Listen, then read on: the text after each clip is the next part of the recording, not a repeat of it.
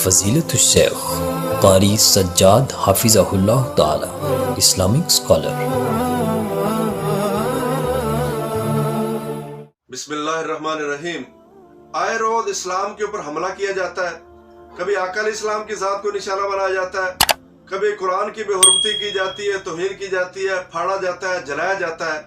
تو ہم نے تھوڑا غور کرنا ہے کہ اس توہین کرنے کا، بے حرمتی کرنے کا، ان کافروں کا، ظالموں کا مقصد کیا ہوتا ہے، یہ کس وجہ سے کرتے ہیں، اور یہ توہین کا، بے حرمتی کا سلسلہ کب سے شروع ہوا۔ رب رحمان کا فرمان ہے هو الذی ارسل رسولہ بالہدی ودین الحق لیظہرہ علی الدین کلہ ولو کرہ المشرکون۔ ہم نے اس دین کو تمام ادیان کے اوپر غالب کرنا ہے۔ قیامت تک چلے گا تو صرف یہی ایک دین چلے گا جس کا نام ہے دین اسلام، چاہے وہ کسی کو پسند ہو ناپسند ہو، کافر اس کو اچھا محسوس کریں یا برا محسوس کریں، وہ آج کے کافر ہوں یا کل کے مشرکین مکہ ہوں، یہ اسلام ہم نے شروع ہی اس لیے کیا ہے، اس کا مقصد یہ ہے کہ اس نے دنیا کے اوپر غالب آنا ہی آنا ہے۔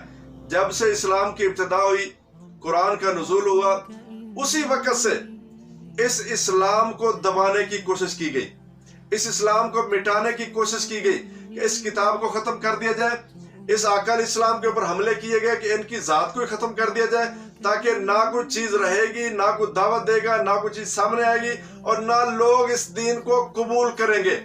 حربے انہوں نے پھر کیا استعمال کیے؟ سب سے پہلا طریقہ یہ نکالا، یہ قرآن رب کی طرف سے ہے ہی نہیں، یہ انسان کی اپنی اختراع ہے، خود اس نے رات کو سوچا ہے، گھڑا ہے، صبح لوگوں کے سامنے بیان کر دیا۔ اس کا توڑ اللہ تعالیٰ نے کیا بیان کیا؟ آپ اے نبی قل لئن اجتمعت الانس والجن، اے نبی آپ ان سے کہہ دیجئے یہ سارے جن و انس جمع ہو جاؤ، الا ان یاتوا بمثل هذا القرآن، اگر یہ قرآن انسان کی طرف سے ہے، بنانا لکھنا اتنا ہی آسان ہے، عرب کے اندر بڑے بڑے شعراء ہیں، عربی کے اوپر بڑی مہارت ہے ان کو، انہوں نے حماسہ جیسے بڑے بڑے دیوان لکھ دیے، ان کے مقابلے کا پائے کا شاعر ہی کوئی نہیں ہے۔ آپ ذرا ان سے کہیے نا، اکیلا نہیں کر سکتا کوئی بات نہیں، سب کو جمع کر لو، انسان نہیں کر سکتے، جنوں کو بھی ملا لو، اس قرآن کی مثل ایک اور ذرا کتاب لاؤ نا، پتہ چلے۔ فرمایا کیا؟ لا یأتون بمثلہ، نہیں لا سکتے۔ آج بھی چیلنج ہے، کل بھی چیلنج ہے، قیامت تک رب کا چیلنج ہے، نہیں لا سکتے اس کی مثل۔ فرمایا پورا قرآن بھاری محسوس ہوتا ہے، مشکل محسوس ہوتا ہے، کوئی بات نہیں، چیلنج اور نرم کر دیتے ہیں۔ آپ نے کیا کرنا؟ ام یقولون افترا قل فاتوا بعشر سور مثلہ، پورا قرآن نہیں لا سکتے، کوئی بات نہیں ہے، 10 صورتیں لا دو، 10 صورتیں اس قرآن کی مثل لا دو۔ یہ قرآن کا اعجاز ہے کہ اس کے مقابلے کے اندر کوئی چیز ہے آئی نہیں، وہ 10 صورتیں لا دو۔ اگر 10 صورتیں نہیں لا سکتے نا، مشکل لگ رہا تمہیں، بڑی تم نے کوششیں کی، محنتیں کی، سارے دماغ لڑے، بڑی بڑی تم نے ترکیبیں سوچی، لیکن کوئی پایا تکمیل تک نہیں پہنچ سکی، بڑا مشکل نظر آ رہا ہے، تو کیا کرو؟ وَإِن كُنتُمْ فِي رَيْبٍ مِّمَّا نَزَّلْنَا عَلَىٰ عَبْدِنَا فَأْتُوا بِسُورَةٍ مِّن مِّثْلِهِ۔ 10 صورتیں نہیں کر سکتے، کوئی بات نہیں ہے، اور چیلنج نرم کر دیتے ہیں، ایک صورت لا دو، ایک صورت بھی نہیں لا سکے۔ اللہ آگے اللہ تعالیٰ نے کیا فرمایا؟ ام یقولون تقولہ بل لا یؤمنون فلیأتوا بحدیث مثلہ۔ ایک صورت بھی مشکل لگ رہی ہے، ایک ایت ہی بنا کے دکھا دو، ایک ایت ہی اس کے مقابلے میں لا دو، مان جائیں گے۔ تم جو کہتے ہو نا، یہ نبی اپنے آپ کو محمد کریم صلی اللہ علیہ وسلم جو نبی کہتے ہیں اپنے آپ کو، یہ رات کو سوچتے ہیں، گھڑتے صبح لوگوں کے سامنے بیان کر دیتے ہیں، پورا قرآن نے اسی 10 صورتیں نہ صحیح، ایک صورت بھی نہ صحیح، ایک آیت ہی لا کے دکھا دو بھائی۔ اللہ تعالیٰ نے کیا فیصلہ کیا؟ افلا یتدبرون القرآن، کیا یہ قرآن کے اندر غور و فکر نہیں کرتے؟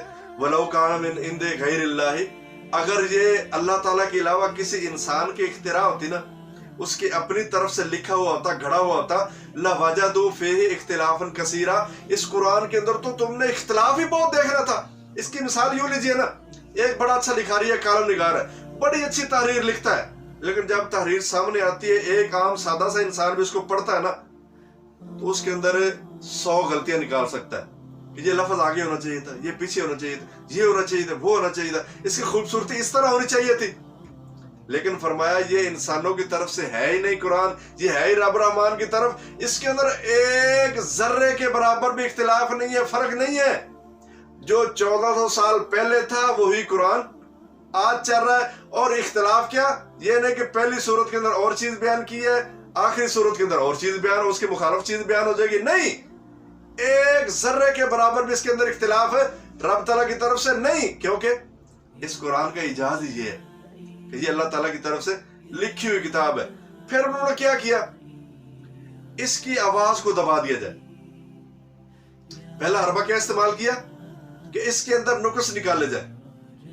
دوسرا انہوں نے کیا اس آواز کو دبایا جائے، اس قرآن کو ختم کر دیا جائے، نبی کریم صلی اللہ علیہ وسلم کو ختم کر دیا جائے، اسلام کو جڑ سے کاٹ دیا جائے۔ اس وقت مشرکین مکہ نے کیا تھا، آج مغرب کے کافر، مغرب کے عیسائی مشرکین آج وہ یہ کام کر رہے ہیں کہ اس قرآن کی آواز کو دبایا جائے، اسلام کی آواز کو دبایا جائے۔ میڈیا کے ذریعے سے یا چند نام نہاد علماء کو اس اسلام کے مقابلے میں کھڑا کر کے وہ اس قرآن کے اندر سے اختلاف ڈھونڈیں گے، یہ بھی اختلاف ہے، یہ بھی اختلاف ہے، اس کا یہ مطلب، اس کا یہ مطلب، تحریف کر کے تاکہ لوگوں کے ذہنوں کے اندر شکوک پیدا کیے جائے، لوگوں کو اس اسلام سے دور کیا جائے، متنفر کیا جائے کہ ان کے سامنے کوئی چیز واضح نہ ہو سکے۔ اس کے اندر بھی ناکام ہو گئے، اس کے اندر بھی ناکام۔ اور ناکام کیوں ہے بھائی؟ یہ رب کا فیصلہ ہے، ہم نے اس قرآن کو نازل کیا، اس کی حفاظت ہم نے کرنی ہے، اور اس قرآن کا غلبہ ہم نے پوری دنیا کے اوپر قائم کرنا ہے۔ پھر کیسے وہ کامیاب ہو جائیں گے؟ کل مشرکین نے کیا کیا تھا؟ وَقَالَ الَّذِينَ كَفَرُوا لَا تَسْمَعُوا لِهَذَا الْقُرْآنِ، جب قرآن پڑھا جاتا تھا ان کا کیا فیصلہ تھا؟ یہ قرآن جو ایک بار سن لیتا ہے نا، اس کا دل کرتا دوسری دفعہ سنوں، تیسری دفعہ مسلمان ہو جاتا ہے۔ فیصلہ یہ ہے کہ اس قرآن کو سنا ہی نہ جائے۔ جب قرآن کی تلاوت ہو رہی ہو، شور شروع کر دو، ہر طرف سے اتنا اونچی آواز کے اندر بولنا شروع کر دو کہ کسی کو کوئی سمجھ نہیں آئے گی۔ نتیجہ کیا نکلے گا؟ لَعَلَّكُمْ تَغْلِبُونَ، تم کامیاب ہو جاؤ گے، غالب آ جاؤ گے۔ تو کیا قرآن ختم ہو گیا تھا؟ اسلام ختم ہو گیا تھا؟ غلبہ کافروں کا ہو گیا تھا؟ نہیں، اس وقت نہیں ہوا تو آج کیسے ہوگا؟ ایک اور حربہ انہوں نے پھر کیا استعمال کیا؟ اس قرآن کو چھاپنے کے اوپر پابندی لگا دی جائے، نہ قرآن چھپے گا، نہ لوگوں کے سامنے آئے گا، نہ لوگ پڑھیں گے، نہ مسلمان ہوں گے۔ اس کی تازہ مثال ہم نے دیکھی نہیں، روس کی کتنی ریاستوں کے اندر کتنے سالوں تک کتنی خطرناک اور سخت پابندی رہی کہ کسی کے گھر کے اندر اگر قرآن کا ایک نسخہ بھی نکل آیا نا، پورے خاندان کو سولی پہ لٹکا دیا جائے گا۔ کیا قرآن ختم ہو گیا تھا؟ مسلمان ختم ہو گئے تھے؟ نہیں، یہ قرآن کا اعجاز ہے، یہی اسلام کا اعجاز ہے۔ اس کو جتنا دبایا جائے گا اس نے اتنا ہی ابھرنا ہے۔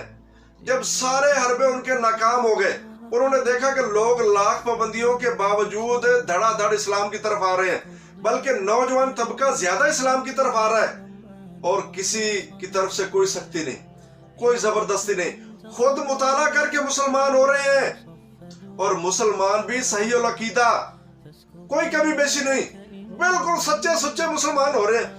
اور انہوں نے نتیجہ کیا نکالا کہ اگر یہی روٹین مسلمان ہونے کی رہی تو یورپ کے اندر چند سالوں کے بعد تو مسلمانوں کی اکثریت ہو جائے گی، اسلام تو پھر غالب آ جائے گا، ہر طرف اسلام اسلام ہوگا۔ نتیجہ کیا نکالا پھر انہوں نے پھر یہ طریقے استعمال کرنے شروع کیے، کبھی توہین کا، کبھی پابندیوں کا، کبھی اذان بند کر دی جائے، کبھی قرآن کی آواز کو دبا دیا جائے، کبھی مسلمانوں کے اوپر ظلم کیا جائے تاکہ اسلام کو ختم کر دیا جائے۔